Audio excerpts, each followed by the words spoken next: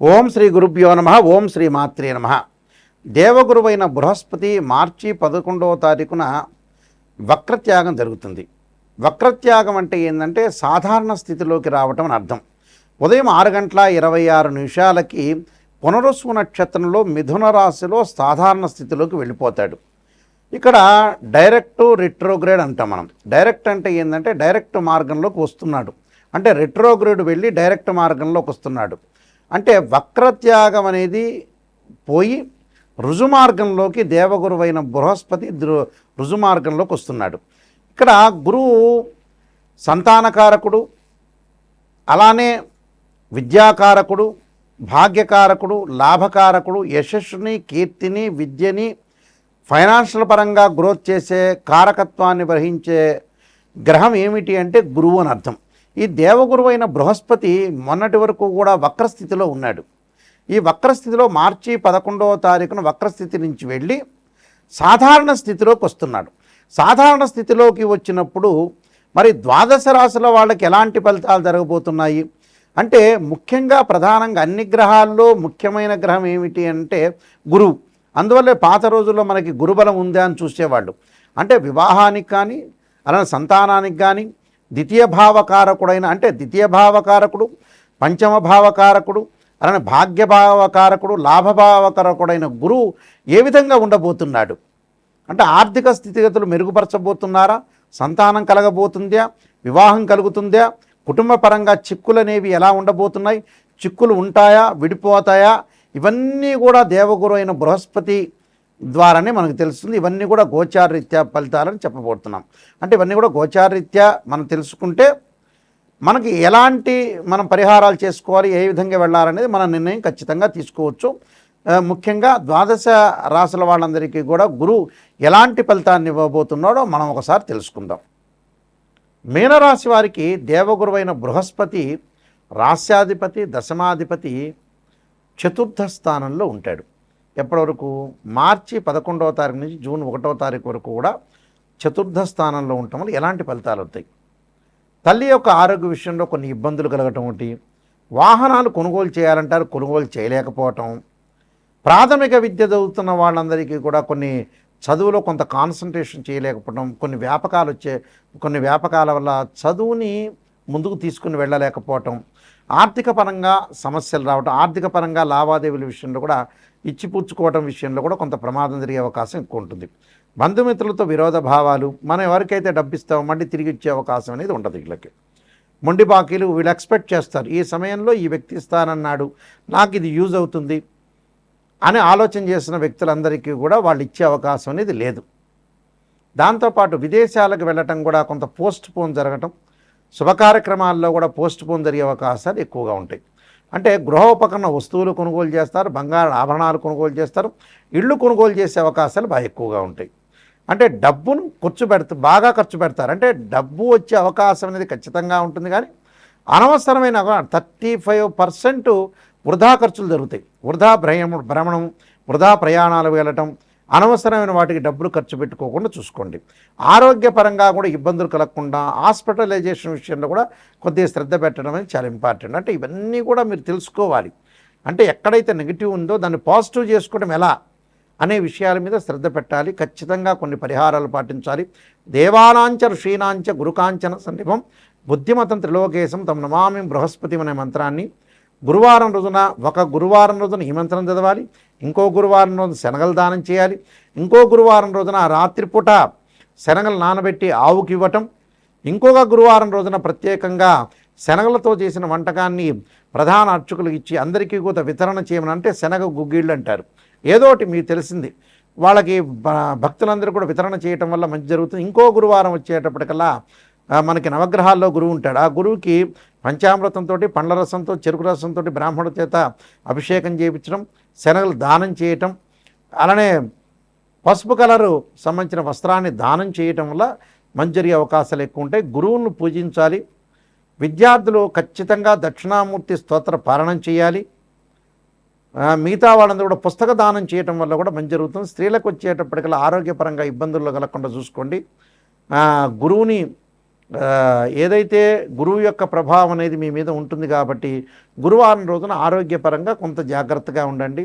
అలానే శనగలు దానం చేయటం వల్ల కూడా స్త్రీలకు మంచి జరిగే అవకాశాలు ఖచ్చితంగా ఉంటాయి. ఇవన్నీ కూడా పాటించండి, మీ మంచి జరిగే అవకాశాలు గ్యారంటీగా ఉంటాయి.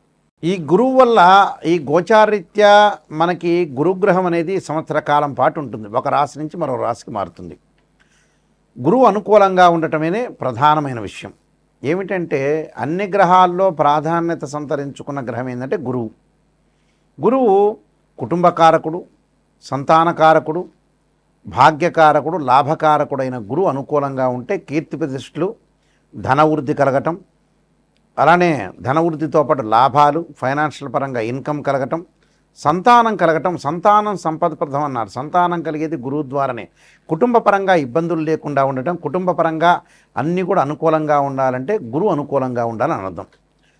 ఇప్పుడు చెప్పిన ఫలితాలన్నీ కూడా గోచారరీత్యా చెప్పబడే ఫలితాలు అంటారు. అంటే what is the difference between transit system and birth chart.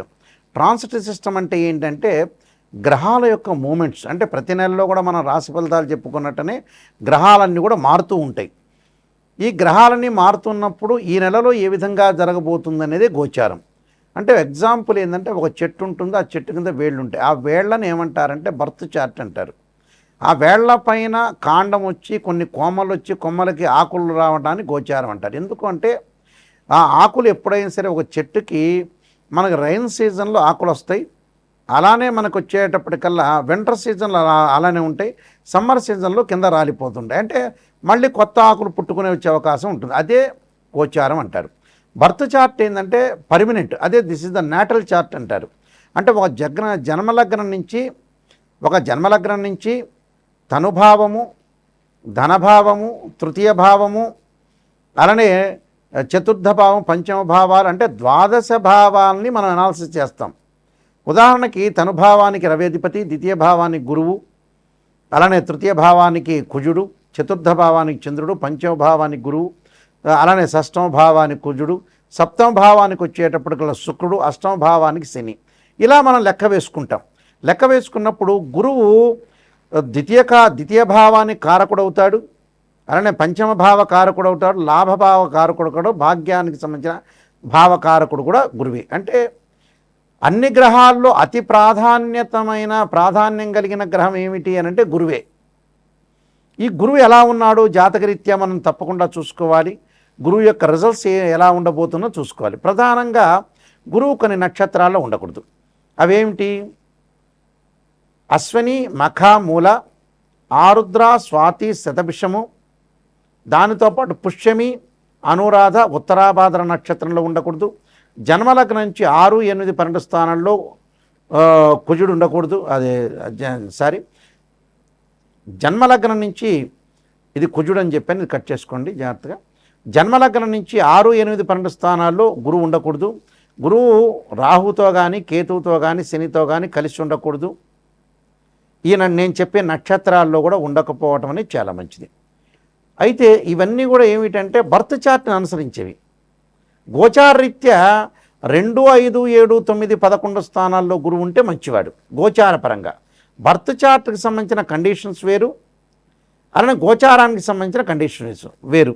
గోచారపరంగా మటుకు 2, 5, 7, 9, 11 స్థానాలు గురువు ఉంటే మంచివాడు. మిగతా స్థానాల్లో ఉంటే మిశ్రమైన ఫలితాలు ఉంటాయి. బర్త్ చార్ట్ను అనుసరించి మటుకు వేరే విధంగా ఉంటుంది. కాబట్టి ఇక్కడ గురువు ఎలా ఉంటున్నాడు అంటే బర్త్ చార్ట్లో ఒక రకంగాను, గోచార రకంగాను వేరే రకంగా ఉంటుంది. అయితే ఇది కన్ఫ్యూజ్ పడకుండా ఏ స్థానాల్లో ఉన్నారు, ఏ విధంగా ఉండబోతున్నారు, మనకి ఎలాంటి ఫలితాలు వస్తాయి అనేది ఆలోచన చేయండి. అంటే ఇక్కడ కన్ఫ్యూజ్ ఏమీ లేదు. బర్త్ చార్ట్లో ఒక రకంగా నియమాలు ఉంటాయి, గోచారరీత్యా వేరే రకంగా నియమాలు ఉంటాయి.